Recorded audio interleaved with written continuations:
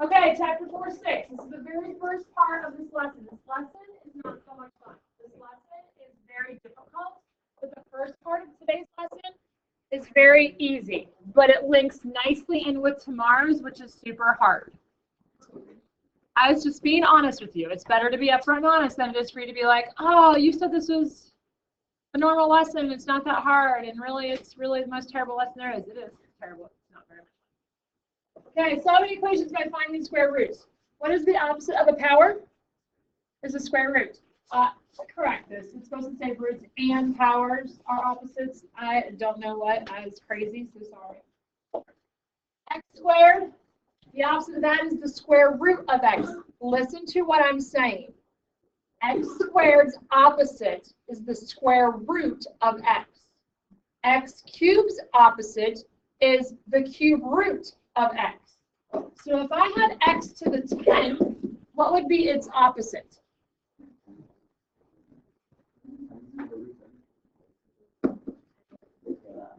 The 10th root of x. Did you hear what I said? The 10th root of x, all right? All right, I already know that you guys already know these, and we've already talked about them, right? However, I put this in here to remind you that whenever you are breaking down perfect squares, the highlighted numbers are the numbers that you're looking for factors of the number to break down. When you use these perfect squares, it's much easier for you to be able to break it down. Would you agree with me? You want to use the largest one. Okay, what we're going to do is we're going to start off today with solving these equations. 4x squared plus 10 equals 46. So pretend it's not squared. It just said 4x plus 10 equals 46. How would you go about solving that problem? You'd subtract 10 from both sides. Please do that. So that leaves me with 4x squared is equal to 36. Now what do? Nope. You first have to get rid of that 4 that's attached by multiplication. The opposite of multiplication is division. So I have x squared is equal to 9. Now how do I get rid of that power of 2? The opposite of a power is a root, so this is where we're going to take the square root of both sides. And that is going to give me a 3, because 3 times 3 gives me 9, correct? However, you have another number multiplied by itself that gives you 9. And what is that? Negative 3 times negative 3. So you have to put plus or minus 3 as your answer. Do we all understand that? Nope. Okay, keep going. Next example. Add the 5. So that gives you 3x squared is equal to 30. Then what? Divide by 3. Good job. So x squared is equal to 10. Then what? Take the square root of both sides. And when you take the square root of both sides, my question is, are there any perfect square factors of 10? There are not. So you're just simply going to put the plus or minus sign there with the square root of 10 because it cannot be broken down. Y'all good? Yes. On today's lesson, nope. You will have the plus or minus every time. Good question. Okay, last example I'm going to do for this section.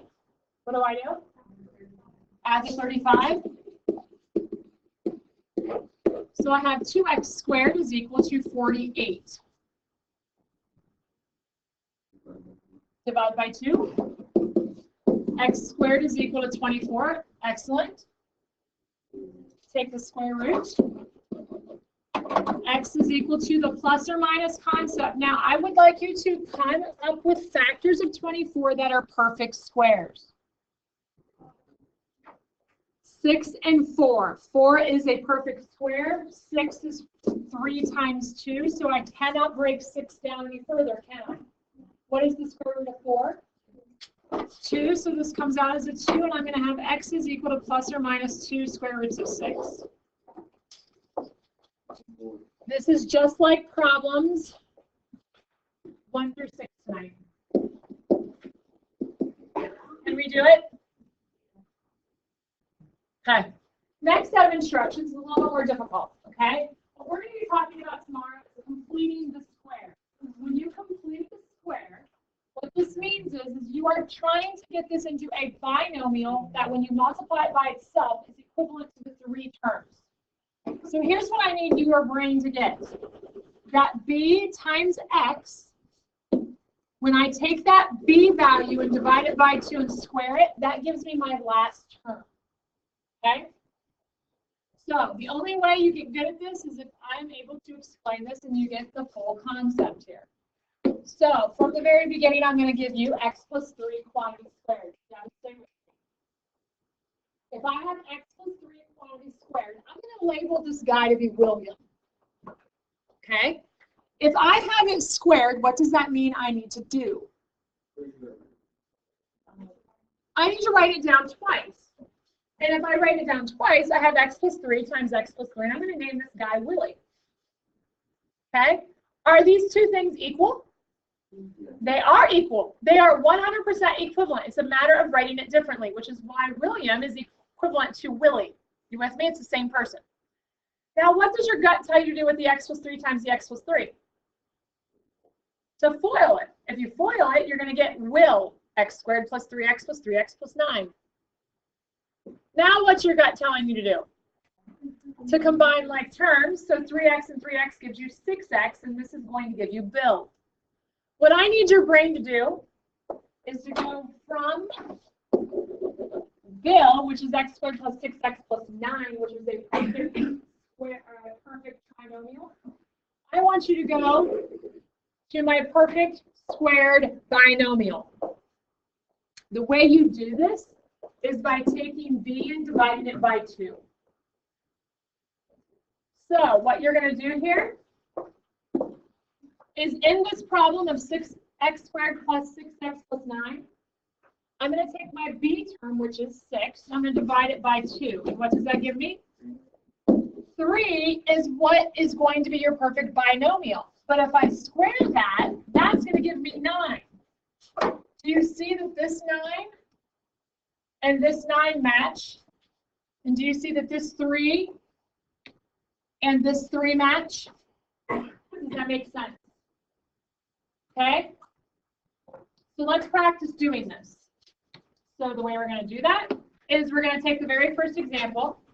Turn your paper over. X squared plus 4x plus blank. I need you to fill in that blank so that whenever you factor, it's going to be 2 binomials that are exactly the same. Okay, so I'm going to simply take my b term and divide it by 2. What's b? Divided by 2? Squared. 4 goes in the blank. Which means if I were to factor this into 2 binomials, it's going to be x. It's always and forever going to be that sign. And then it's always and forever going to be this number, which is the b divided by 2. And then that's squared. Okay? It's going to be the x, the middle term sign, then the b divided by 2 is what's going to go there. So let's do the next one. So we're going to take our b and divide it by 2. What is b? 16 divided by 2 gives you? And then we're going to square that, and that gives you 64. 64 goes in the blank. But now I have to write this as a perfect square. So it's going to be the x, always and forever going to be the minus, and then the b divided by 2, which is the 8. Why is it minus here? Because that's what the middle term's b sign was, correct? Yep. Nope, it's just b divided by 2. Negative b over 2a was how we found h. There's no 2a. Because we're only taking the b value. We're leaving the signs alone. Do not touch the signs. Okay? Next one. Still doing this is b divided by 2. What's b here? 36 divided by 2 gives you 18. Now you're going to square that. Now if you recall, I only made you memorize up to 16 squared. So I need you to grab your calculator and take 18 squared. And what does that give you?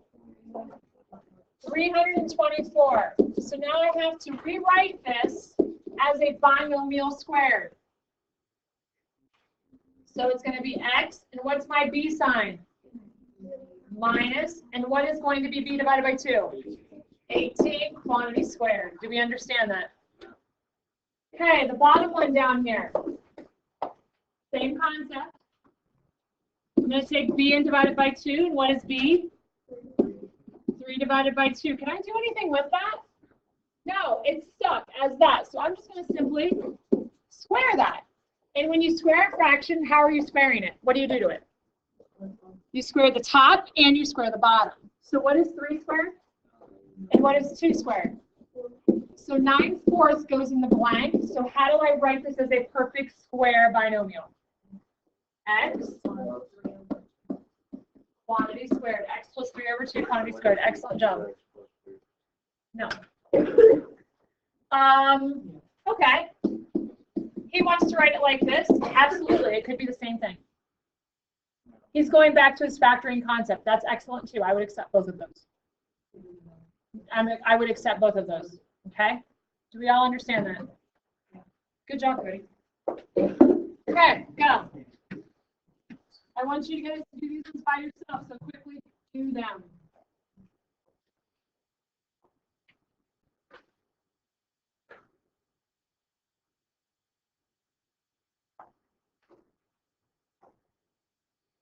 All 3. I thought you were done there.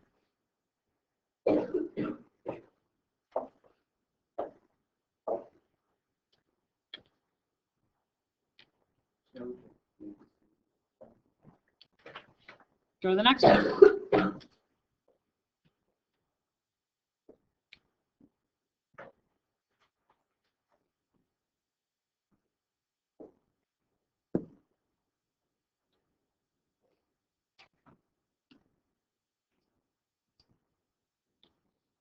Okay, I'm going to do the first one so that I know no one's confused.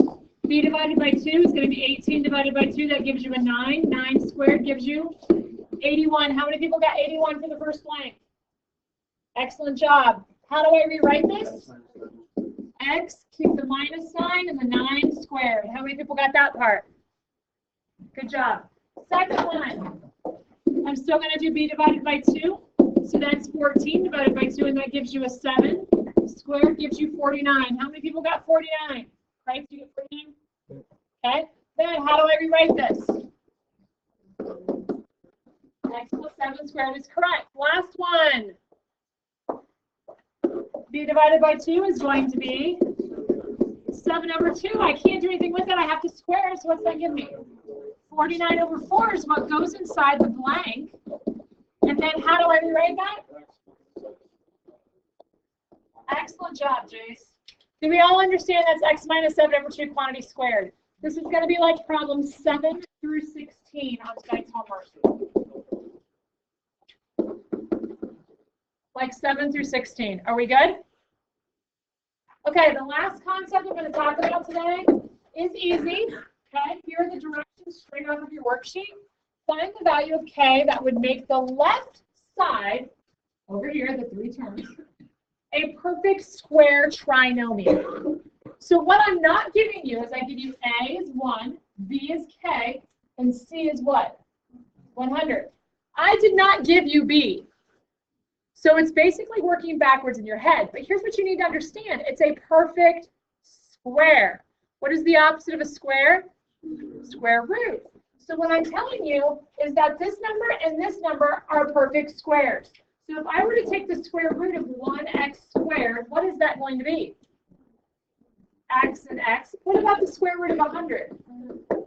10. So if you were to break this down into 2 binomials, x goes in the first blank, in the first position, and 10 goes in the second position. Do we understand that? I need to have a positive 100, so that means my signs are either plus plus or minus minus. How do I determine which one they are? By the middle, so that's minus minus. So now my binomials are the same, yes? So we're going to do inner, negative 10x, outer, negative 10x to give me negative 20x. But here's what I need your brain to notice. The negative and the negative are already both there. Would you agree? The x and the x are already both there. So what does that imply k has to be? So k is equal to 20. Do we all understand how we did that? The directions say it's a perfect square. Whenever they say it's a perfect square, you immediately can take the square root. That's what you can do. That's how you're going to factor them, because they're perfect squares. So that's why x and x are in the first blank, and 10 and 10 are in the second part of the blank. Okay? Then all I did was outer and inner of FOIL to come up with the k. Let's do it one more time. Why is that clear out there?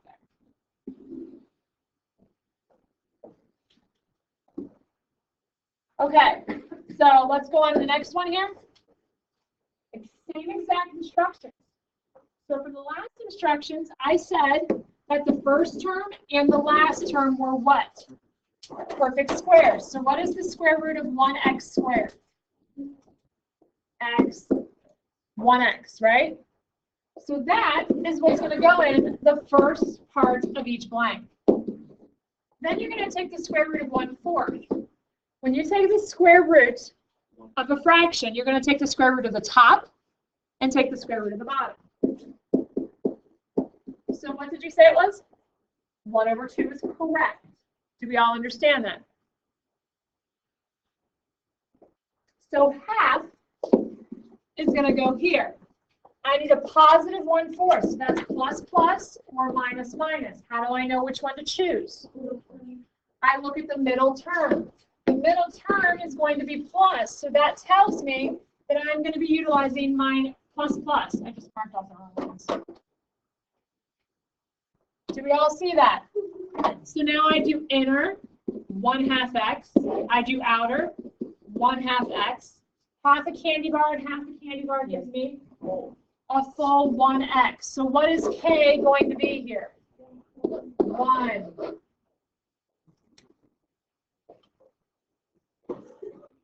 Open those eyes, mister. They're not closed, Logan, but they sure are heavy.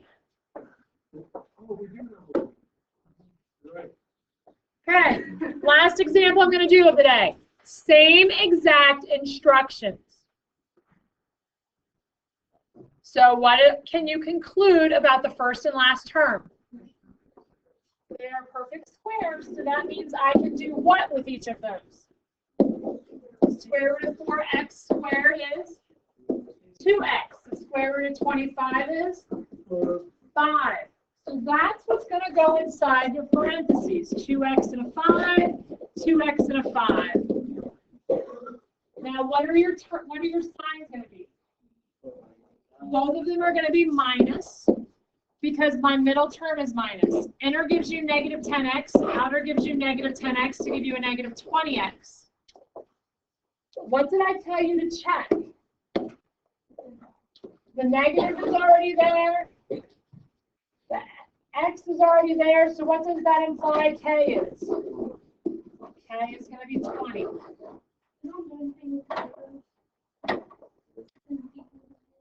Nope, you don't do anything with the zeros. It's just wanting you to make it a perfect square binomial. Tonight's homework is going to be worksheet 1. The last example that I just did is going to be like 17 through 20 on tonight's homework. There are 20 problems. Are we good? Okay, here's the homework.